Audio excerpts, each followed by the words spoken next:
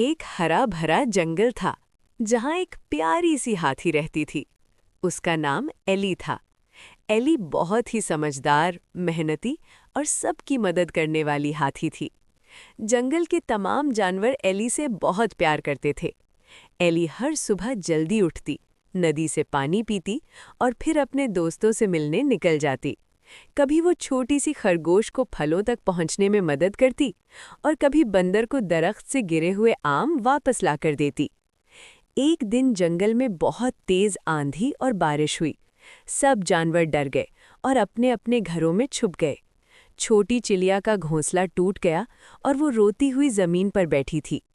Eli ने जब चिड़िया को रोता देखा तो उसका दिल बहुत दुखी हुआ।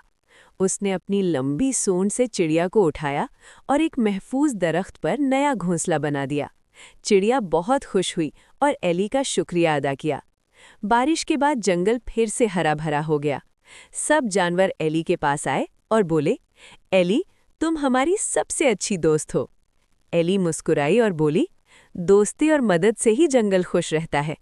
उस दिन से जंगल के सब जानवर एक दूसरे की मदद करने लगे और सब हमेशा खुश रहने लगे। मॉरल ऑफ द स्टोरी: हमेशा दूसरों की मदद करो, क्योंकि दोस्ती और अच्छाई से दुनिया खूबसूरत बनती है। प्यार देते रहो।